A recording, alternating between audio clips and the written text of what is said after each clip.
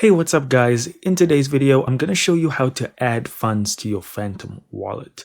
First thing that you should do is subscribe to the channel, maybe even hit the like button, and the next step would then be to go obviously into your Phantom wallet and click on the buy option, because that's what we're really going to do. We're going to buy crypto, and we can use that crypto to again buy whatever other coin or crypto we want to buy. So in the buy section, you will see you have options of what coin you want to buy, and we're going to just go with Solana. The next step would then be to choose the amount of Solana you want to buy. You can click on any of these options, or you can just type in whatever dollar amount of Solana you want. So now just on top of the buy option, you will see there is an option that allows you to choose your payment method. Now it'll show you all the possible providers, but you want to click on the pay with section. And in here you have tons of options like paying with your credit or debit card, Google Pay, PayPal, Revolut Pay, and so forth. So all you would do is choose one of those options